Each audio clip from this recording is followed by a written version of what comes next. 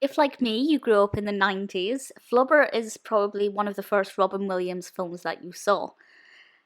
Now, I'll be honest, although Robin Williams is my favourite male actor and one of my favourite people to have ever existed, I only vaguely remember having seen Flubber once. I think I might have seen it at school when we had like a fun day or something. But it wasn't until a couple of years ago that I actually sat down and properly watched it. And I can say that as an adult, watching this for the first time, it was brilliant. Now, I've got the IMDb page up in front of me, and we'll have a look through the information here. But in the review aspect, there won't be any spoilers in this. But I don't know if you can spoil it, really, because it's exquisite and Robin's performance is beautiful. But I have just noticed that the rating on IMDb is 5.3 out of 10. That's across 83,000 ratings, but 5.3 is shockingly low. I don't know anybody who doesn't feel nostalgic warmth from this film. But never mind. So this was released in 1997. And the description from IMDb is as follows. An absent-minded professor discovers Flubber, a rubber-like, super bouncy substance. And Flubber, as I'm sure you're aware and you'll be able to see on the screen, is it actually, almost the picture on the VHS and the poster actually looks like a tiny Oogie Boogie.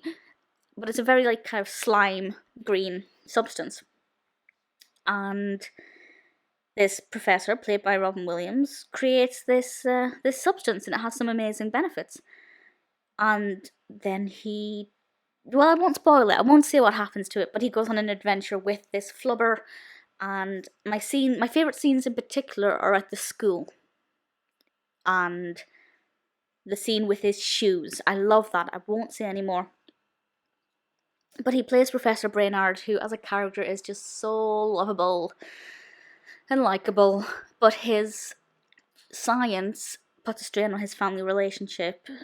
But, you know, that's part and parcel. It doesn't really bring the tone of the film down, but it does obviously give it a much deeper, more meaningful story than just, here's a scientist creating some flubber. It does have a more emotional side to it.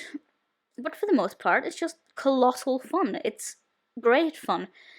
It's directed by Les Mayfield, and there is not a scene that I didn't find captivating. And as I said, the school scenes are some of my favourites. The creation of Flubber is brilliant, and just Robin's reactions to everything are so fun and so enjoyable. This is actually a remake from the original, which I think is called The Absent-Minded Professor. I have seen it. It's actually really, really good.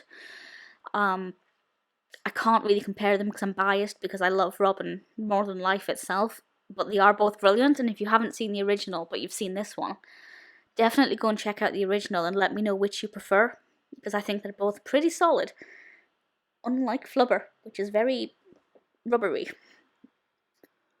Is this Robin's finest film? For young kids, yes. I'd say for kind of primary school children, very young school children, Flubber would be great. And then you can progress to Mrs. Doubtfire and Jumanji, which are a bit more intense and need a bit more kind of focus to follow.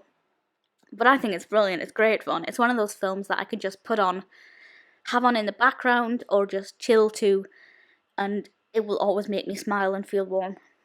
If you haven't seen Flubber, I feel like nobody has not seen Flubber. Excuse the double negative.